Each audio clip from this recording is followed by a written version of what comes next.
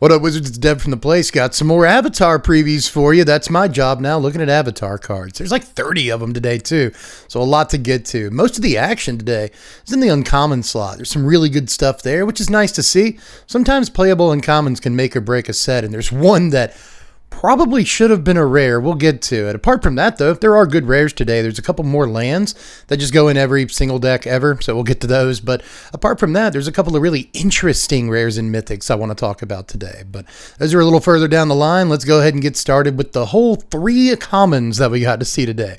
It ain't a lot, but let's get through them. Now, first off, we got to look at Kyoshi, Battle Fan, and Fire Nation Raider. A couple of really normal cards here. Battle Fan is just 2 mana for an equipment that equips for 2, but when it enters, you get a 1/1 Y ally creature token, attach this equipment to it. So kind of like Job Select, but with an ally.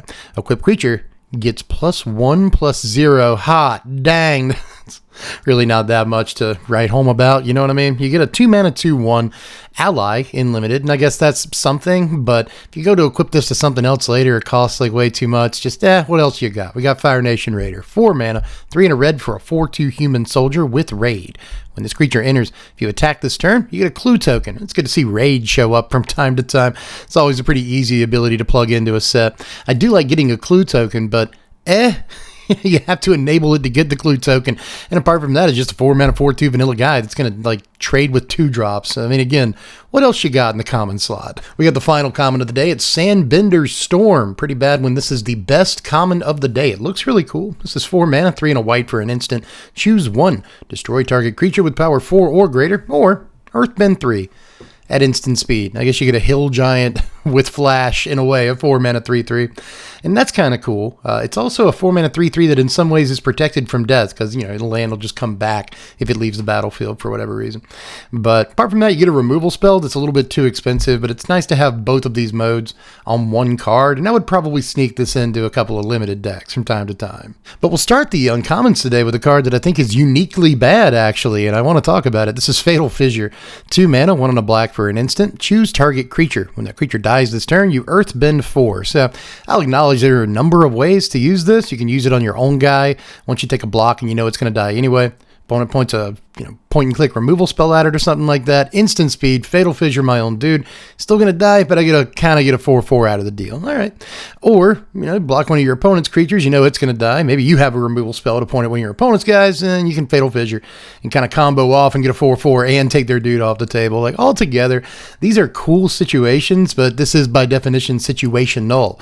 And I do think that this might rot in your hand for a while and then not even pay you off that much when you think about it. Like, sure, you can upgrade a 1/1 to a 4/4 again in a way, but at the same time, this is a slot in your deck. This is a card in your hand that we're talking about.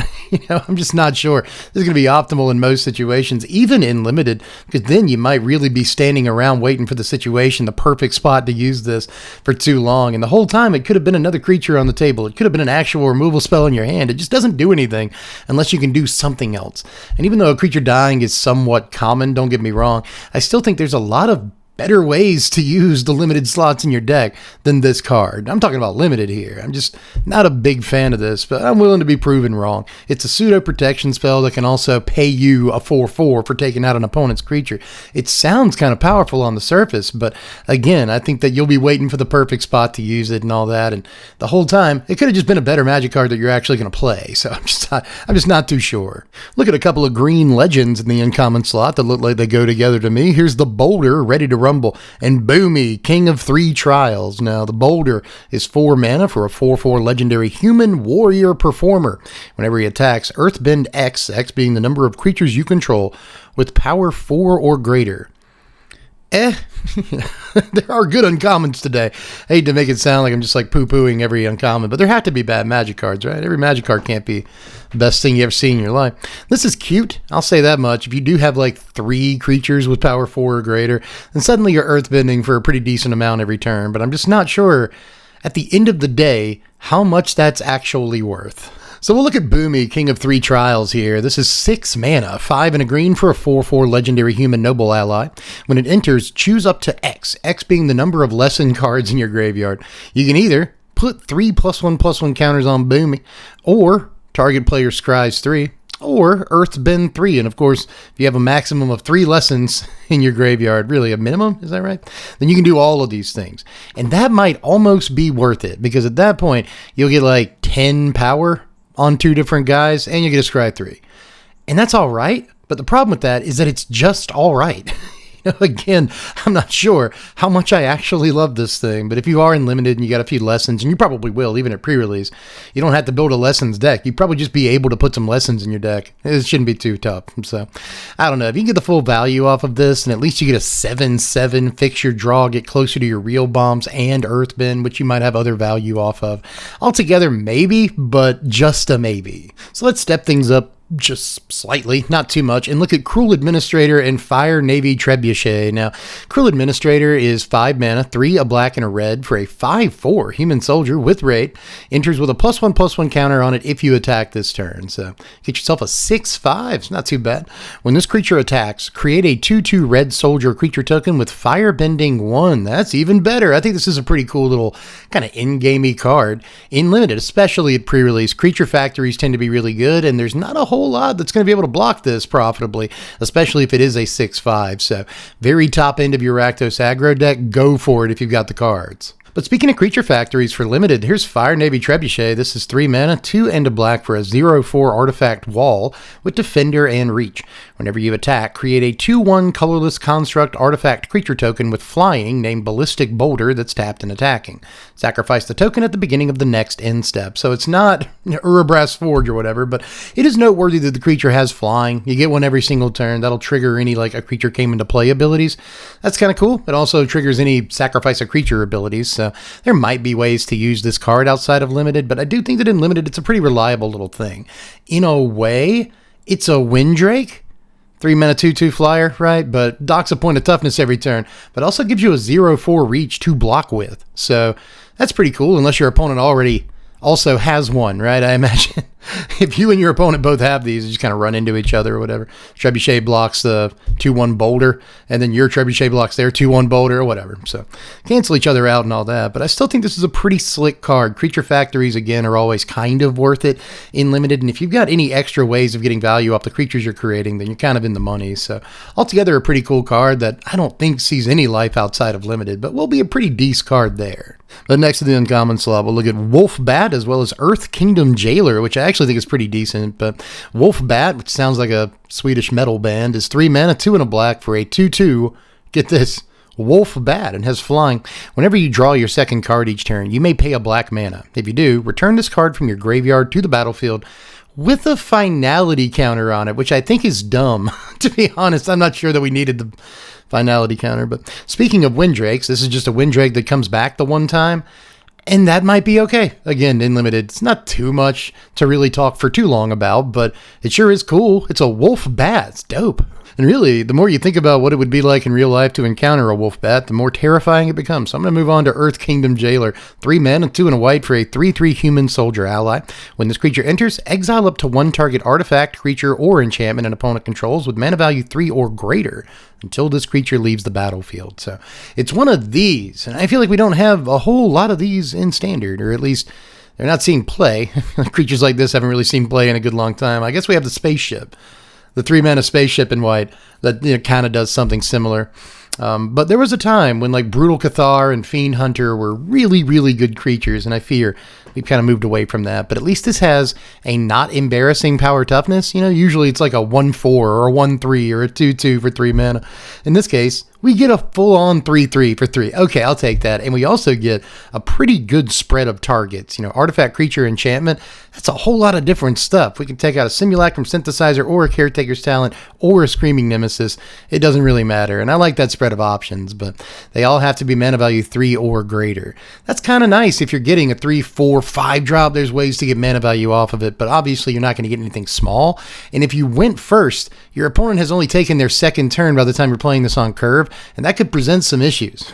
You really can't, there's nothing to nab with it, you know? So, I don't know. I'm not sure altogether how I feel about this versus other, you know, Fiend Hunter variations or whatever, but I still think it's a pretty solid card altogether, and if you get copies of it in limited, you really probably play these all day. I don't know why I threw the word probably in there. This card's as solid and limited as an uncooked potato. It's a good card there, but we'll move on to Combustion Man. It's a great name.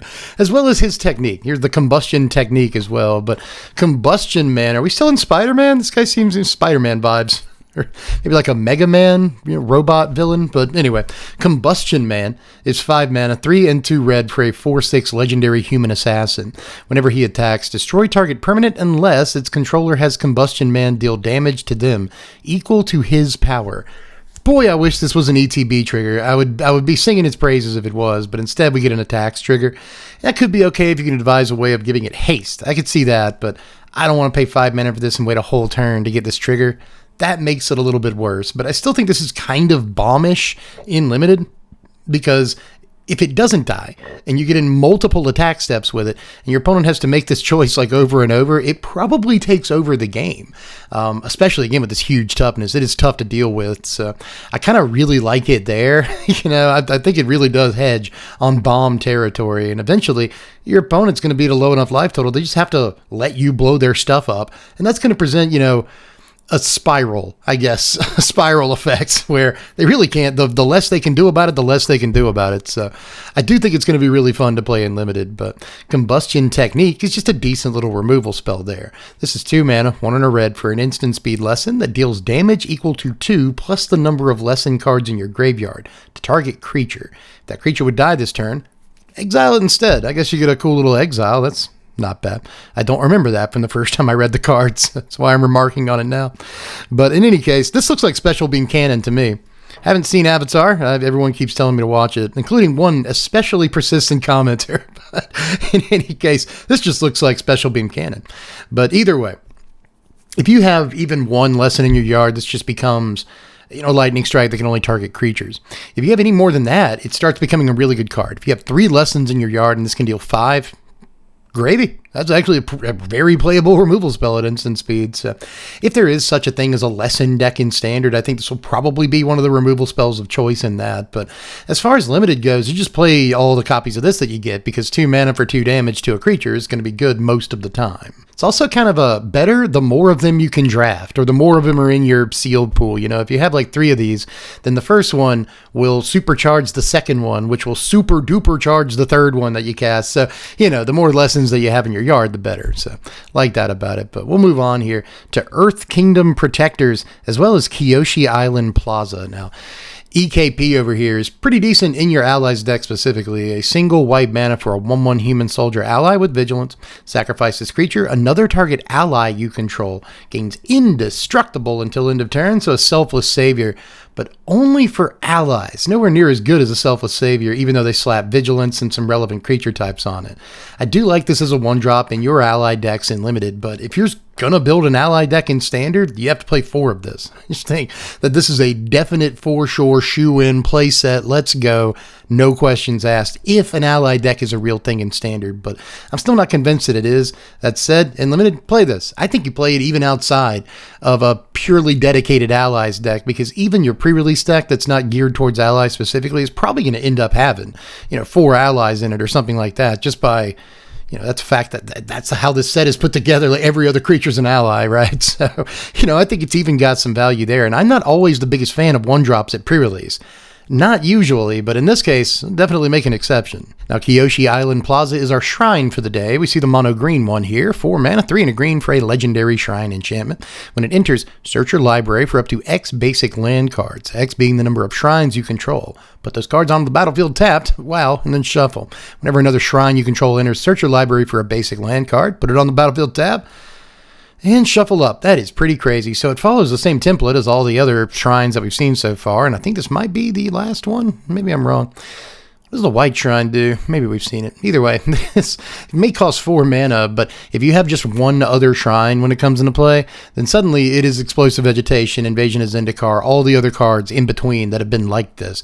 And those tend to see play from time to time if Ramp wants them.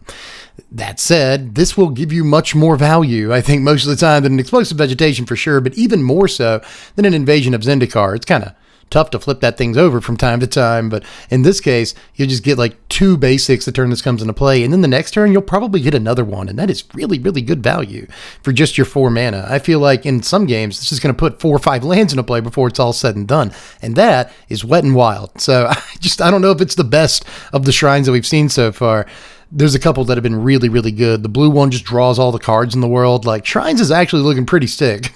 But in any case, this also follows the template of them being legendary, but a little bit legendary proof, which I like, you know. If you already have one of these in play, you'll still play the second one, so you go get a bunch of lands. It's just fantastic, dude. Good looking Magic card here, and I like the way Shrines are going. But if you can't tell, we're getting into the slightly decent stuff here. So let's look at Judy, one of many over here, good old Judy, as well as Bitter Work, which I think might be a really good commander card. But Judy over here is 2 mana, 1 and a black for a 2/2 human advisor. If you pay a black and tap her, you surveil 1.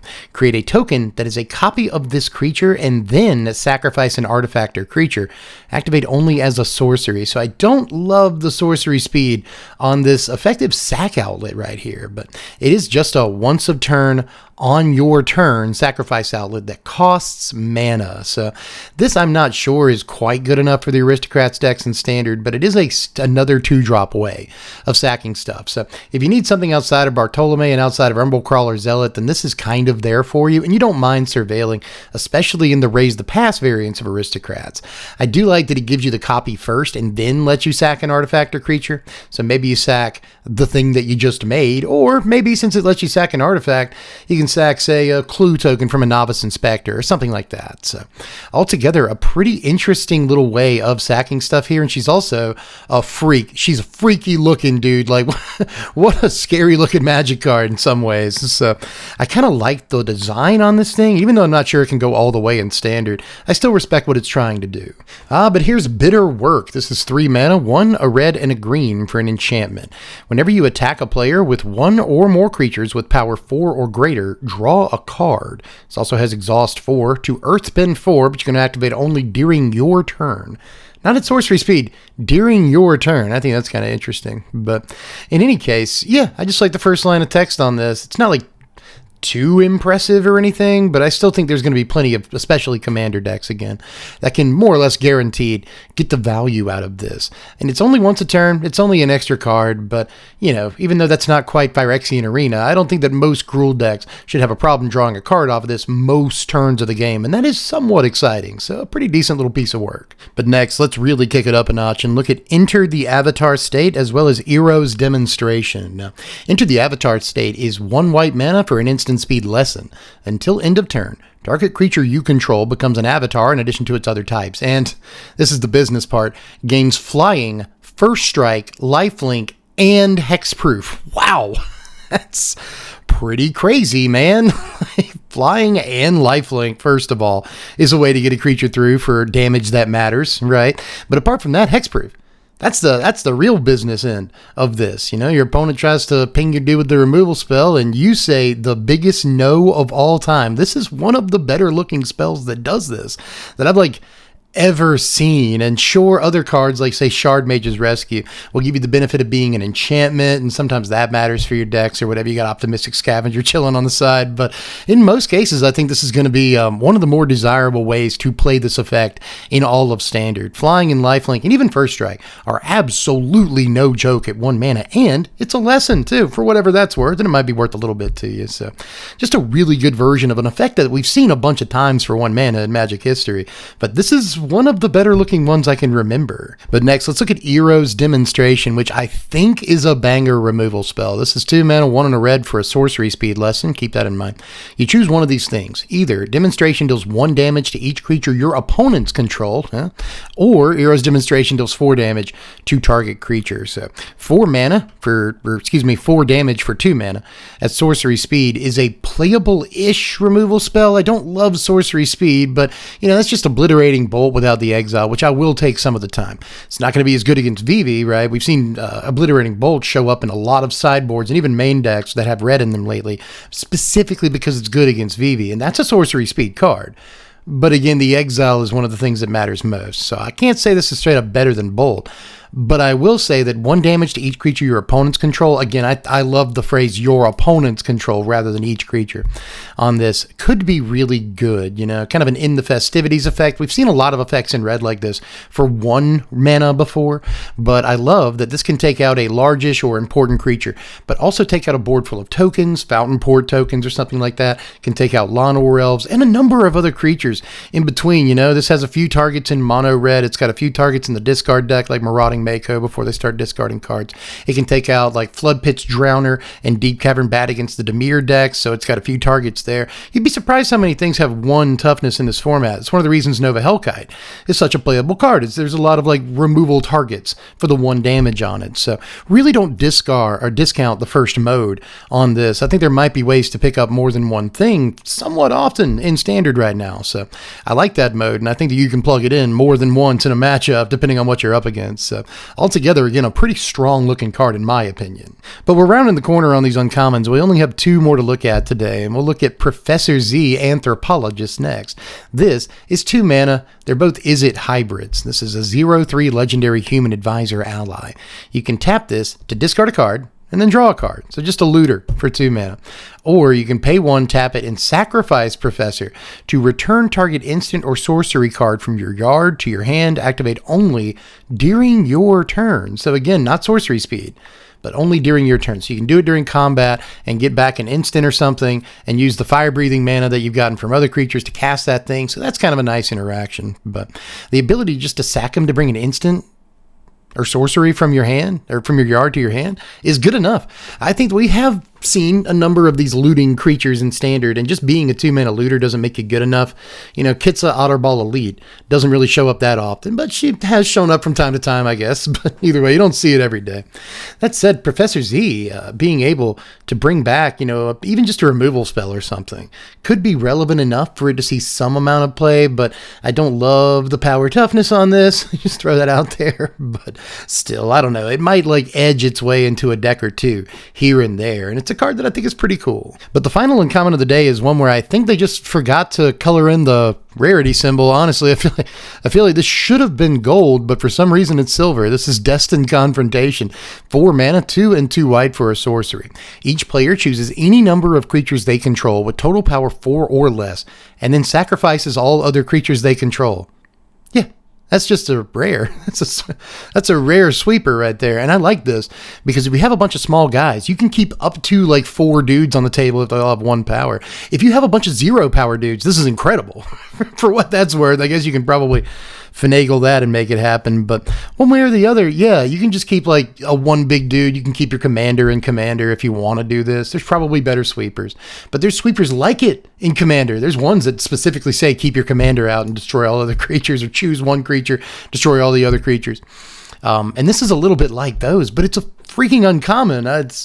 Now we're making sweepers uncommon. And yeah, even though it's a bit conditional, an opponent gets some choice here, I still think that in most cases you can, you know, bias this towards yourself, right? Whether, again, you're keeping a bunch of small dudes that do cool stuff, or you're keeping 1 huge dude that does cool stuff. One way or the other, you're taking some stuff off the table. So that's only against opponents that have a lot of things. You know, if your opponent just has like 2 2/2s, not a very impressive magic card. It literally doesn't do anything. But I think on a lot of board states, it's going to do a lot of cool stuff. And especially in Commander, this is pretty playable for what it's worth. So I like it. I like it a good bit. And my number 1 thing on this is that thanks for this at uncommon, unless it's actually maybe it's a little concerning that it's uncommon, right? This is in draft. You might be able to get multiple copies of this uncommon sweeper. Just blow people out. So I don't know, man. We'll see what it ends up doing. I'm not sure that it's destined for too much competitive play, but it definitely hit my eye in a way. As soon as I saw that this was an uncommon, I was like, what are you doing? It was really on the juice when they made this one. But we'll move on to the rares here, starting with Avatar Destiny. So this is the expensive aura of the set. This is 4 mana, 2 and 2 green for an aura that enchants a creature you control. Enchanted creature gets +1/+1 for each creature card in your graveyard and is an avatar in addition to its other types. When enchanted creature dies, mill cards equal to its power and then return this card to its owner's hand and up to 1 creature card milled this way to the battlefield. under your control. So that's pretty cool if you can stick it, but it is a 4 mana aura. So be very careful when trying to stick it, you know, like your opponent can blow you out on this and then you won't be able to get like the extra value. But if it does stick to a creature and they don't have exile effects, which is another thing a hoop you have to jump through if you want the value on this, then eventually you might be able to get something really big from the top of your library, mill a bunch of cards. Be careful with that mode too, right? So, but in the meantime, while you're waiting for the creature to die and you can get something even cooler, then you're getting a bunch of, you know, power toughness off of this, theoretically at least. Especially when it goes on the second creature and you milled all those cards, then you should be able to get even more power toughness out of this. So throw it on a trample creature and attack for 13. You know, you might be happy with those results, but again, you have to go through the trouble of sticking it in the first place, and you go through the trouble of, you know, protecting the creature from exile and whatnot, bounce effects and stuff. So all I'm saying is that this is probably not as cool as it looks, but it sure does look cool, you know? We'll move on to Jasmine Dragon Tea Shop. This is a land that is untapped, taps for colorless, or you can tap it for a mana of any color, but you can only spend that to cast an ally spell, or you can activate an ability of an ally. You can also pay 5 and tap it to create a 1/1 white ally creature token. So a lot of stuff going on this, but all pretty much specific to the ally decks. So really exciting for those, and it makes 5 color allies kind of more of a possibility. And I imagine you'll just focus on like 3 colors if you want to build allies and just go from there. And this is fantastic in those piles, especially alongside like Starting Town and other things that can create Cavern of Souls. And so you really shouldn't have any problem making, you know, mana for whatever allies you want to if you have this in your, you know, repertoire. Still, it's great in those decks and then really not noteworthy anywhere else. But next we'll look at a card that I like, but I nonetheless don't think is that great. This is Raven Eagle. This is 3 mana, 2 and a black for a 2/3. You would think it would just be a bird, but it's actually a bird assassin. Nice. It's got flying, and whenever this creature enters or attacks, exile up to 1 target card from a graveyard. If a creature card is exiled this way, you get a clue token. Whenever you draw your second card each turn, each opponent loses 1 life, and you gain 1 life. So again, this is a card I personally like, because I always like whenever you draw your second card per turn effects. Those never get old to me, although they may soon because they're really overusing them. But still, I like to see these in colors other than blue, and I like that black has gotten a few of these so far, and obviously, I really like drains. If you know me, you know that one of my favorite things in Magic is to drain opponents, just like 1 life total or 1 life point at a time. And this does that, but it does it really slowly. You know, in your blue-black deck, say in Commander, or even in Standard, then you'll be able to, you know, get multiple triggers of this every turn cycle. You know, once on yours and then once on your opponent's turns. And so, pretty cool. You know, you could theoretically deal 4 damage per turn cycle to different players, but at the same time, you know, how good is that really? And how often are you actually doing that? And how much mana do you have? And how many cards are in your hand?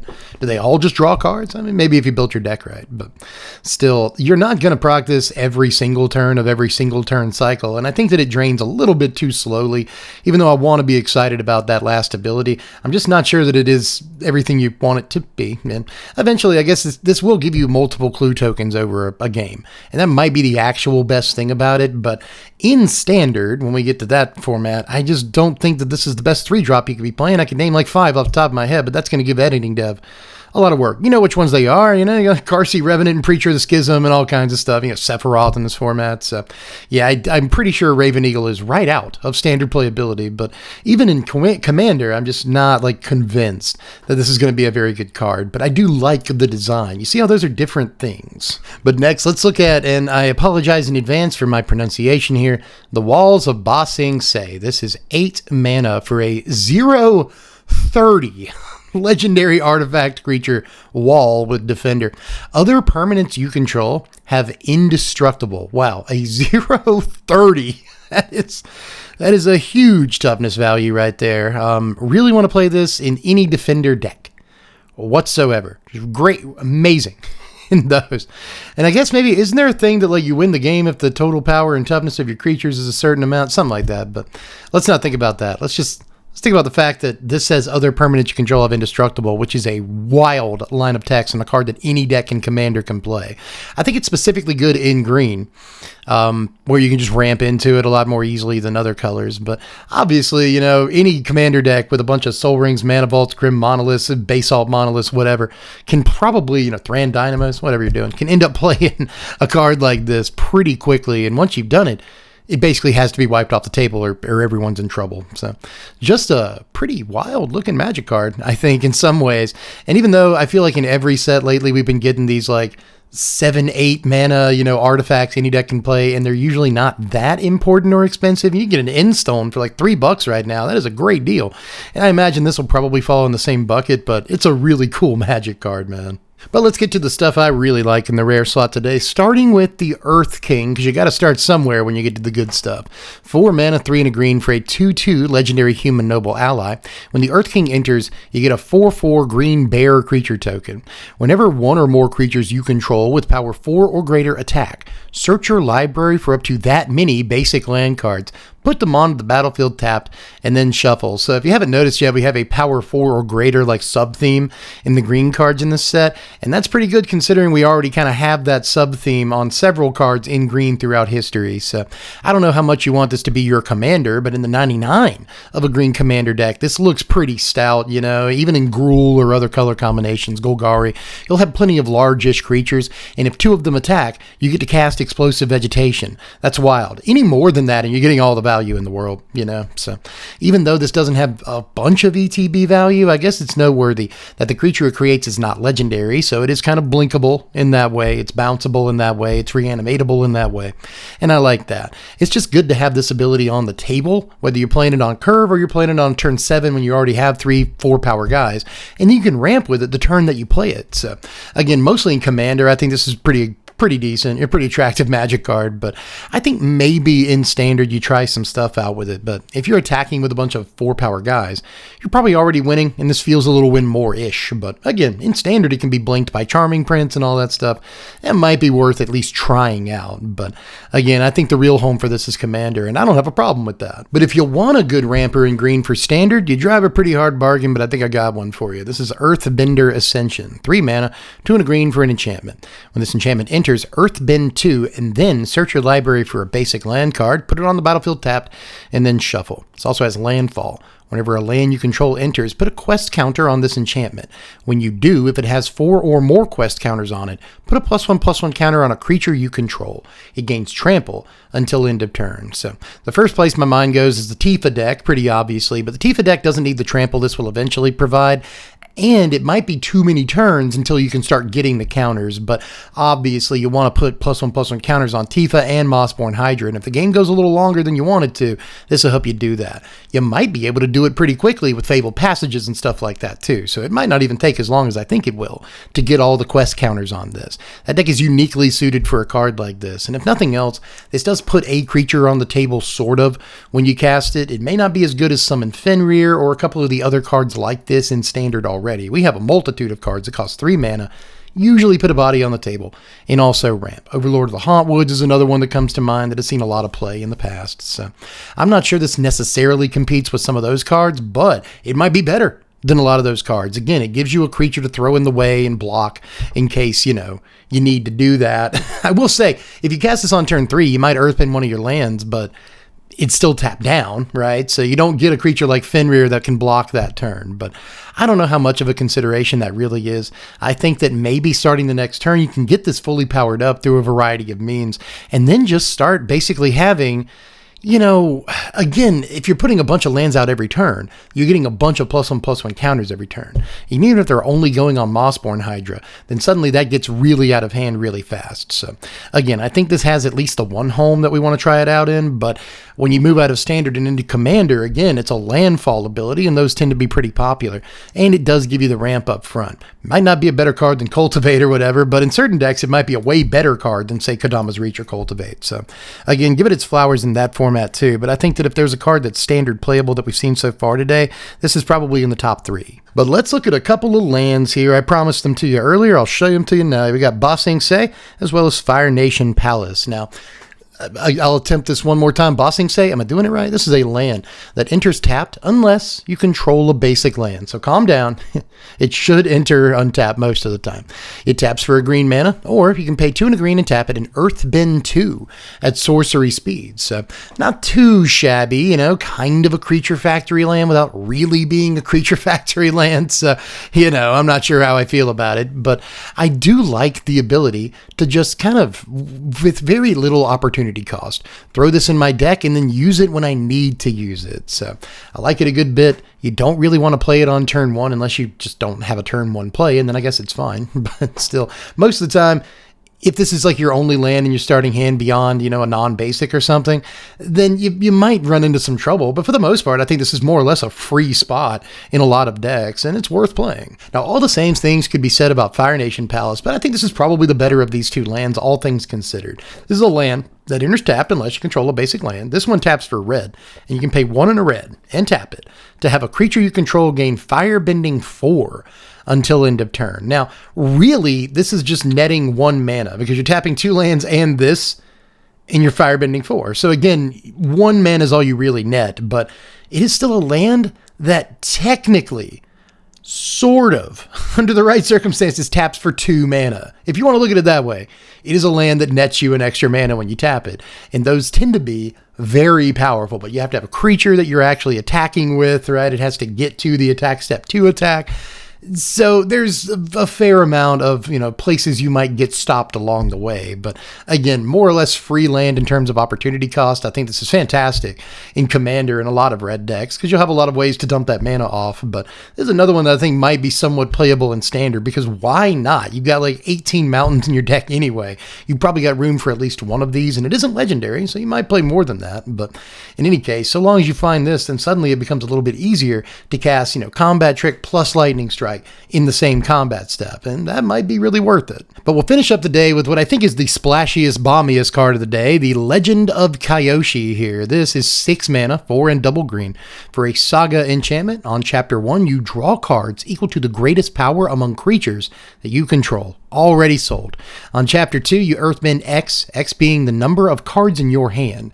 That land becomes an island in addition to its other types. I'm sure that's really good flavor if you've seen the show.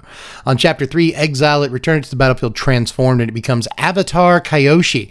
This is a 5/4 legendary avatar. Says lands you control have trample and hexproof. All right.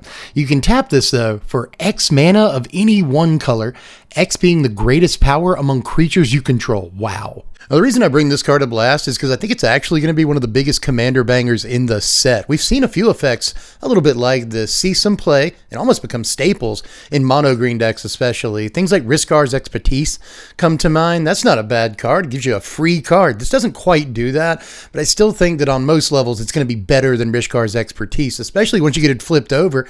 Now you're just tapping it for a bajillion mana. That's a lot of mana. When you think about it, a Riskar's Expertise on a big man that also taps for who knows how much mana is just a great deal for 6 mana. You know, green decks are pretty capable of producing 6 mana. It shouldn't be too hard. And for what it's worth, I think this is really good in like Saga decks, and it's not like those don't exist. But I don't think you have to be too specific to a Saga deck in order to want to play this in your green deck. I think it just does a lot of stuff, and of course, if you're animating lands, it gets that much better once you flip it over. So really cool stuff. I like this thing a good bit, even though it looks a little bit expensive. I still think it might end up fetching a pretty decent price for EDH. But that's Itsky Lewitsky, at least for this video today. I've got another one that I want to be putting out a little bit later tonight about the best cards from the Jumpstart stuff today, man. I know it might not sound too interesting to everybody, especially if you're just a standard player and that's about it, but man, usually I wouldn't do videos like this, but I've already talked a little bit about the Jumpstart cards from the set because they look so unbelievably ludicrous, and the rest of the stuff that we got to see from the Jumpstart set today continued that trend. Did not disappoint. We got to see some incredible bombs that I kind of can't wait to put in my Commander decks. I play some Commander now. I mostly build Commander. I play Commander from time to time, and some of these things look absolutely insane. So if you want to see more of my giant round head today, I'm going to be putting that one out a little bit later. Watch for it on the channel. But apart from that, just do all the YouTube stuff on your way out. The most important of which is to let me know how you felt about all this stuff today, what I missed, what I got wrong. I've been doing okay, apart from like the first video of the season. been doing all right this season, but if I screwed something up, please, by all means, let me know. And I don't have to tell you that. You're going to do it anyway. But just hit the like button down there. Spread the video around a little bit. This is what it looks like. I'm giving you a demonstration. But some people are visual learners. But you can also subscribe to the channel. Trying to get to $1.50 right now. We're at like $1.38. So help us get there. Every little bit counts. Apart from that, we've got a Patreon. God, I know you hate the Patreon pitch. YouTubers do it, and you're like, oh my God, I need to turn the video off. But in case you haven't done that yet, it's $1 a month. That's all it takes is $1 a month to vote on what content we do around here. That is the kind of power that no one else will offer you in today's economy. But anyway, that's all I've got. Just hit the links in the description if you want to go back to the last spoiler video. If you haven't seen it yet, there's good cards there too. But anyway, y'all, that's all I've got. That is Allski Kowalski. I'm Dev from The Place. Thanks for watching, Wizards. Spread love and be kind.